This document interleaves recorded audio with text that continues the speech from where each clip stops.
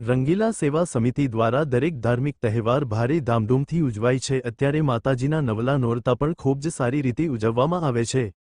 હસનવાડી શેરી નંબર 2 ખાતે આવેલ રંગીલા હનુમાન મંદિર ખાતે નાની નાની બાળાઓ દ્વારા અલગ અલગ રાસ ગરબા રજૂ કરીને માતાજીની આરાધના કરવામાં આવે છે, ત્યારે જોનારા મંત્રમુગ્ધ થઈ જાય છે।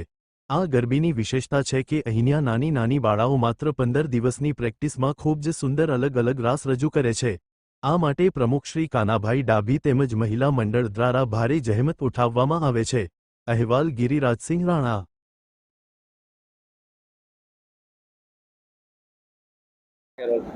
મારું નામ જાડેજા મહેશ્વરી બા છે। હું મમાઈ ગરબી મંડળમાં છેલ્લા 4 વર્ષથી આવું છું। અહીંયા ગરબી પૂરી થાય પછી અલગ અલગ નાસ્તો, આઈસ્ક્રીમ ને એવું ખવડાવે છે।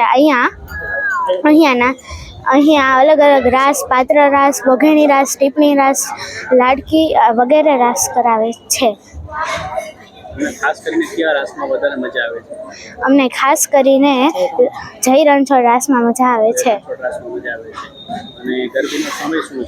ગરબીનો સમય 8:30 થી 11:30। મારું નામ પરમાર યાંશી છે। હું છેલ્લા 4 વર્ષથી રમવા આવું છું।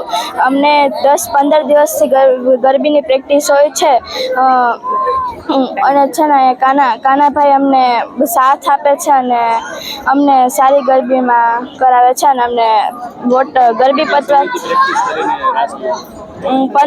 10-15 દિવસથી અને અમને ગરબી પતવાથી અમને વોટર પાર્કમાં લઈ જાય છે। હા હા।